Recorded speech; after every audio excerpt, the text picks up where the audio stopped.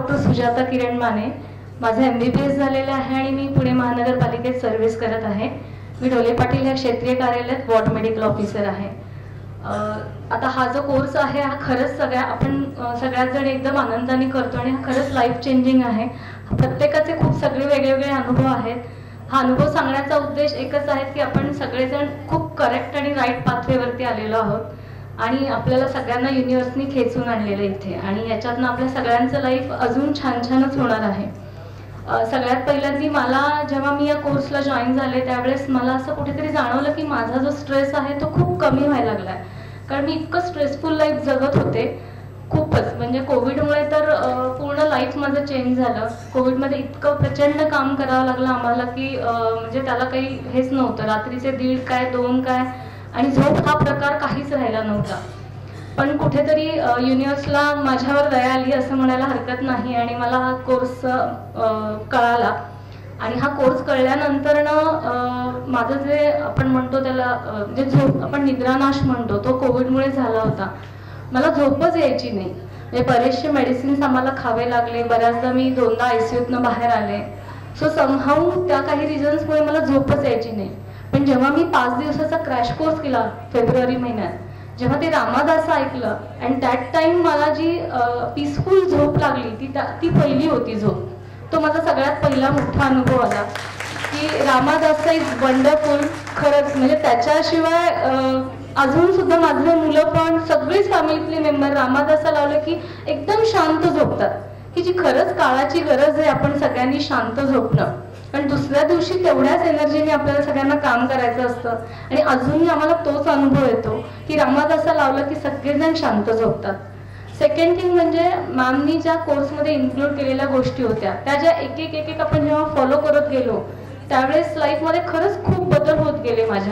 माझ्या मुलीमध्ये बदल झाले, मिस्टरांमध्ये बदल झाले आणि एक लाईफकडे बघण्याचा दृष्टिकोन बदलला. ज्योती मॅम मला खरंच वेळोवेळी एक 555 टेक्निक सांगितली होती. मग त्यांनी मला सांगितलं की तू एक 555 टेक्निक पण कर. आणि खरंच सांगते मॅमनी ज्या काही टेक्निक सांगितल्या मी त्या केल्या आणि सगळ्यात मोठा अनुभव म्हणजे माझे मिस्टर आता पुण्याला परत आले 4.5 वर्षानंतर. ही गॉट द जॉब आणि युनिव्हर्सने खरंच खूप मोठे आणि मॅमची कृपा म्हणायला हरकत नाही.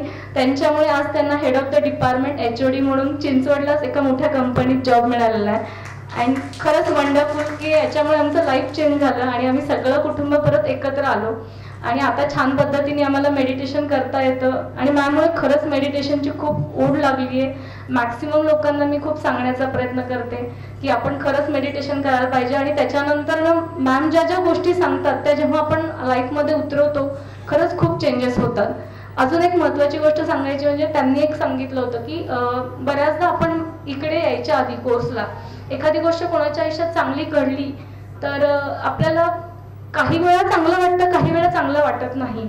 पण मग त्यांनी एक वाक्य सांगितलेलं माझ्या अजूनही चांगलं लक्षात आहे. जर आपण ती गोष्ट दुसऱ्या आयुष्यात चांगली झालेली ऍक्सेप्ट नाही केली तर युनिव्हर्स आपल्याला नेहमी सांगतो की अरे ह्याला ही गोष्ट आवडत नाही वाटतं. म्हणजे एखाद्याला चांगलं प्रमोशन मिळालं त्या टाइमला आपल्याला वाटतं अरे त्याला का मिळालं मला का नाही. मग आपण कुठेतरी दुःखी आहोत. म्हणजे युनिव्हर्सला वाटतं की अरे ही गोष्ट चांगली नाही आहे, हिला ही गोष्ट आवडत नाही, मग ती तुमच्याकडे येणार नाही. ही गोष्ट माझ्या पक्की लक्षात राहिली. त्यामुळे इथून पुढे माझा दृष्टिकोन इतका बदलला. मी कोणाच्याही कार्यक्रमात गेले, कोणाच्याही काही चांगल्या इव्हेंटला गेले की ते इतके मनापासून ते ऑटोमॅटिक ऍक्सेप्ट करायला शिकले. हे केवळ मॅममुळे, नाही तर हे खरंच सहज शक्य नव्हतं. आणि सगळ्यांना माहिती आहे की आपण पटकीने दुसऱ्यांचं चांगलं झालेलं ऍक्सेप्ट करू शकत नव्हतं, हे मी प्रामाणिकपणे सांगते. पण हे मॅममुळे मी खरंच ऍक्सेप्ट करायला शिकले. आणि ज्योती मॅम आणि प्रिया मॅमनी खरंच खूप म्हणजे मला मदत केली आणि मला खरंच त्या माझ्या दोघी सपोर्ट सिस्टम झाल्या. Thank you so much. Thank you universe. Thank you Jyoti ma'am.